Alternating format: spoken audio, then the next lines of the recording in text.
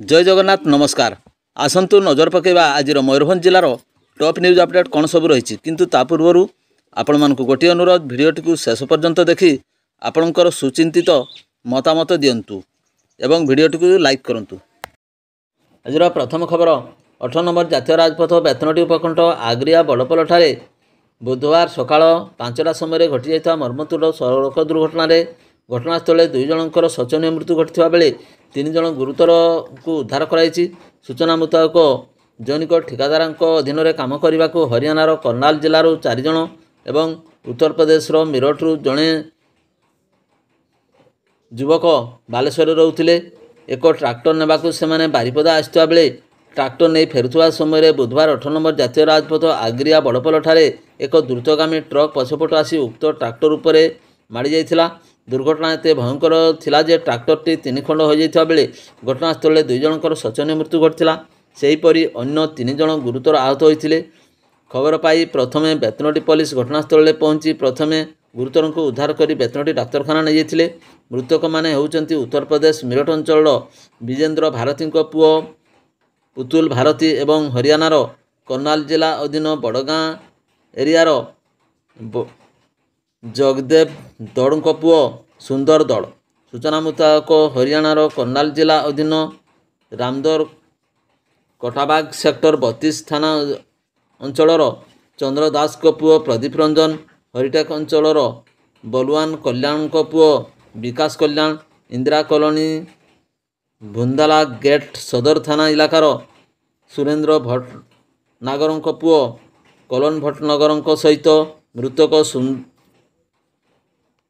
सुंदर और पुतुल भारती बारिपदारू ट्राक्टर नहीं बालेश्वर आसुले।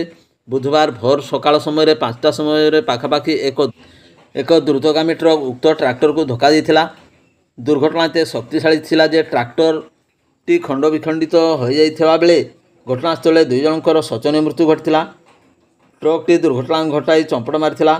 खबर पाई बेतनटी पुलिस पहुंची ट्राक्टर को जबत करने सहित एक मामला रुजु करी दुर्घटना घटाई ट्रक को धरने को उद्यम जारी रखी।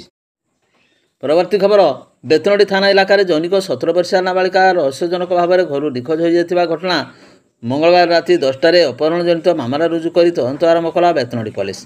एतलाकारी पीड़िता नाबालिका बापा अभियोग मुताबक 17 वर्षीय नाबालिका बड़ झील घरे माँ सहित रोथुवा बेले माँ घर काम व्यस्त रोते। तेबे हठात बड़ झील घर केउआड़े पलाई जाइथिबा बेले मोबाइल स्विच ऑफ कर देइथिला। घर लोक माने समस्त बंधुबांधव संपर्कीयों समेत विभिन्न स्थान में खोजाखोजी करी पाई नथिले। शेष में बेतनटी थाना रे एतला दायर करछंती। एने बेतनटी पुलिस 173 नंबर रे एक मामला रुजु करी तदंत आरंभ करिछि। परवर्ती खबर बेतनटी थाना तथा रेंज अधीन मझियाणी एवं भालिया उपकंठ डाईसाई ग्राम में बणुआ हाथी पल पृथक भाव में मंगलवार अपराह्न 5:30 पशि एकाधिक घर भांगी व्यापक क्षयक्षति घटाई। सूचना मुताबक दुर्गापुर बीट इलाका विचरण करुवा हाथीपल भाग भाग हो खाद्य अन्वेषण विभिन्न गाँव मुहां अग्रसर होते। किछि हाथी भालिया डीहा पंचायतर मझियाणी गाँव में पशि ग्रामर पुलिस सोरेन घर भांगी धान चाउल खाइबा सहित आसवाबपत्र भांगी नष्ट कर देइथिले। सेही बळी किछि हाथी दहीकोठी पंचायत अधीन भालिया उपकंठ डाईसाई गाँव में पशि ग्रामर बासंती राज एवं तपस्या राज को घर भांगी देइथिले। घरे गच्छित थिबा धान चाउल खाइबा सहित आसवाबपत्र गुड़िक खिनभिन करी व्यापक क्षयक्षति घटाई। खाद्य अन्वेषण बणुआ हाथी हठात गाँ भीतर को पशि आसिथिबारु ग्रामवासी मध्य भयर वातावरण देखा मिलता। यापर ग्रामवासी मैंने हो हल्ला करने पर हाथी गुड़िक जंगल भीतर को पलाई जाइथिले।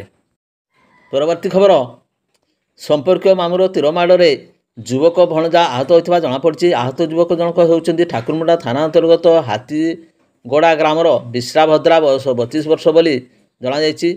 सोमवार संध्यारे तीरमाड़ घटना घटिता बेले हाथ में तीरबिद्ध अवस्था मंगलवार सकाळे युवक को परिवार लोक मैंने ठाकुरमुंडा गोष्ठी स्वास्थ्य केन्द्र में भर्ती करथिले। सेठारे डाक्तर विश्रा हाथरू तीर बाहर कर जमापड़ी। अभियोग प्रकाश जे तीरमाड़े आहत विश्रा संपर्कीय मामू राधाश्याम बांधिया बयस 64 वर्ष सोमवार संध्या बेले विश्रार 9 वर्षर झील को आंब खाइबा घर डाकी नहीं। नाबालिका माँ सन्देह हेबारु ता पछे पछे जाइथिले। संपर्कीय मामू तार नाबालिका ଝିଅକୁ ବଳାତ୍କାର କରିବାକୁ ଉଦ୍ୟମ କରୁଥିବା ଦେଖି ନାବାଳିକାଙ୍କ ମା ସମ୍ପର୍କୀୟ ମାମୁଁଙ୍କୁ ଘଟଣାସ୍ଥଳରେ କୁଆଡ଼େ ମାଡ଼ ମାରିଥିଲେ।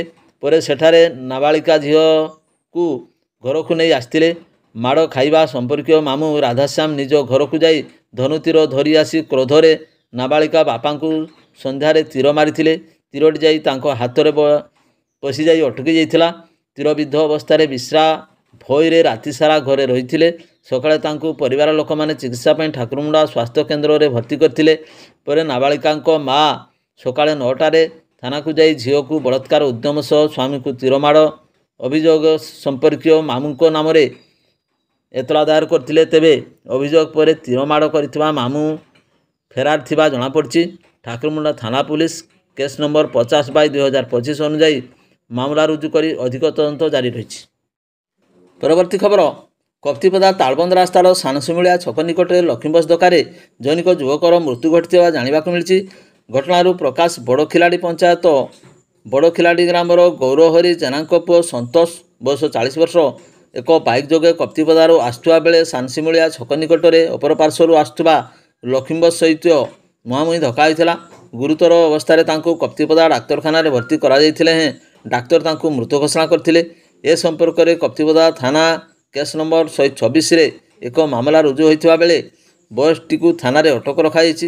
ଗୌରହରି ରାଜମିସ୍ତ୍ରୀ ଭାବେ କାମ କରି ପରିବାର ଚଳାଉଥିବା ବେଳେ ଘରେ ତାଙ୍କର ସ୍ତ୍ରୀ ଏବଂ ଗୋଟିଏ ପୁଅ ଅଛନ୍ତି।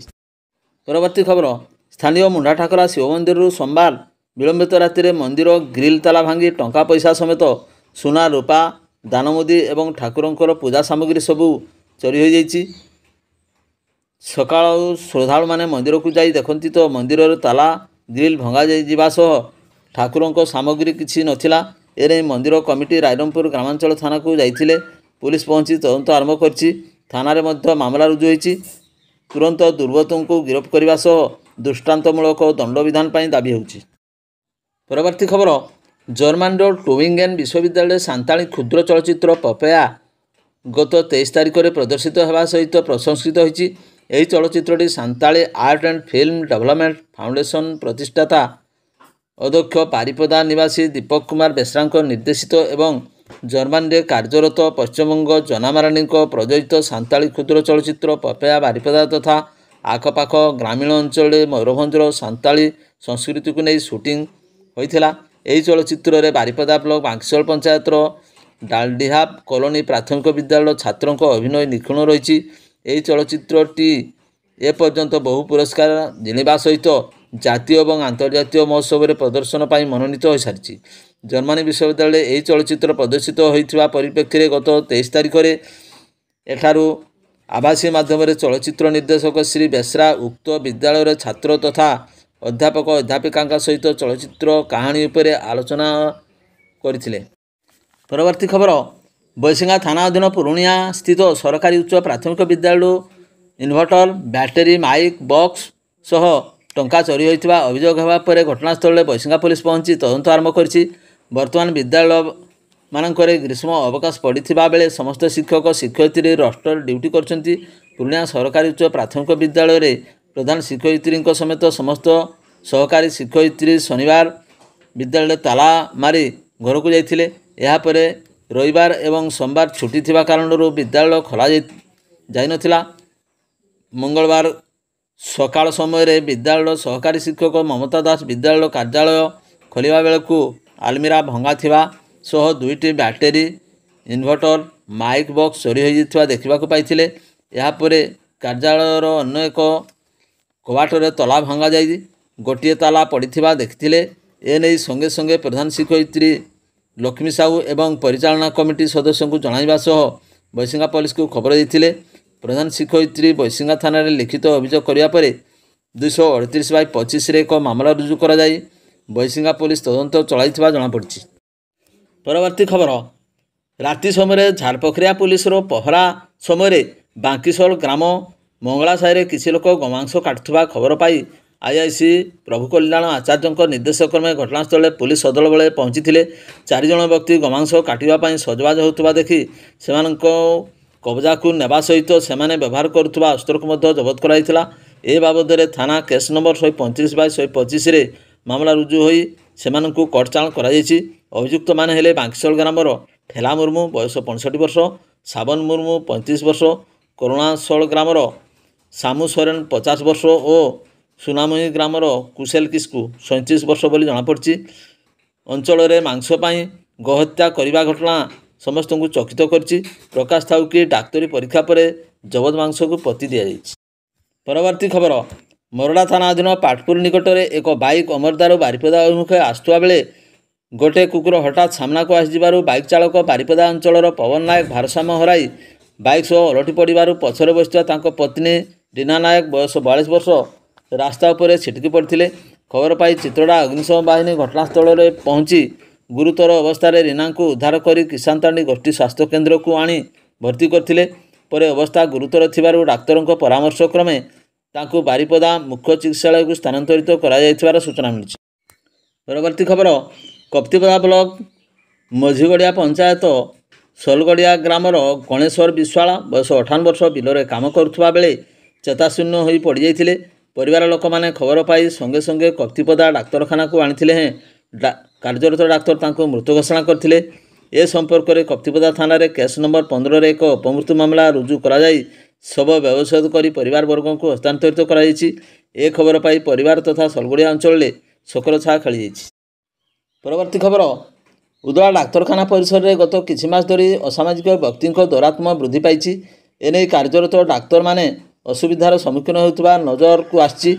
ପୂର୍ବରୁ ଏଭଳି ଘଟଣା ଘଟିବାରୁ ବହୁ ନଜିର ରହିଛି, ଯାହାଫଳରେ ଡାକ୍ତରମାନେ ଏଠାରୁ ଅନ୍ୟ ଡାକ୍ତରଖାନାକୁ ବଦଳି ହୋଇ ଚାଲି ଯାଉଥିବାର ଜଣାଯାଇଛି। ଏ ବାବଦରେ ଜିଲ୍ଲା ଆରକ୍ଷୀ ଅଧୀକ୍ଷକ ଦୃଷ୍ଟାନ୍ତମୂଳକ ପଦକ୍ଷେପ ନେବାକୁ ଜନସାଧାରଣରେ ଦାବି ହେଉଛି।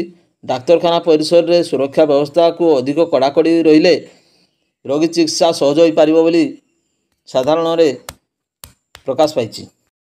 ପରବର୍ତ୍ତୀ ଖବର, ଅବକାରୀ ଥାନା ପକ୍ଷରୁ ମଙ୍ଗଳବାର ବିଭିନ୍ନ ସ୍ଥାନରେ ଚଢ଼ାଉ କରାଯାଇ ମୋଟ 50 ଲିଟର ଚୋରା ଦେଶୀ ମଦ ଜବତ କରିବା ସହ ଏହି ବ୍ୟବସାୟରେ ଜଡ଼ିତ 3 ଜଣଙ୍କୁ ଗିରଫ କରିବା ଥାନା ଅଧିକାରୀ ଦୀପକ କୁମାର ରାଉତ ସୂଚନା ଦେଇଛନ୍ତି। ସେମାନେ ହେଲେ ମାଜଣା ଗ୍ରାମର ଚୁରିଆ ମୁର୍ମୁ ବୟସ 85 ବର୍ଷ, ମାକୁନ୍ଦୁ ଗ୍ରାମର ଉମାକାନ୍ତ ହାଁସଦା ବୟସ 35 ବର୍ଷ ଏବଂ ସାନମୁଣ୍ଡାବଣୀ ଗ୍ରାମର ସରସ୍ୱତୀ ଟୁଡୁ ବୟସ 32 ବର୍ଷ ବୋଲି ଜଣାପଡ଼ିଛି।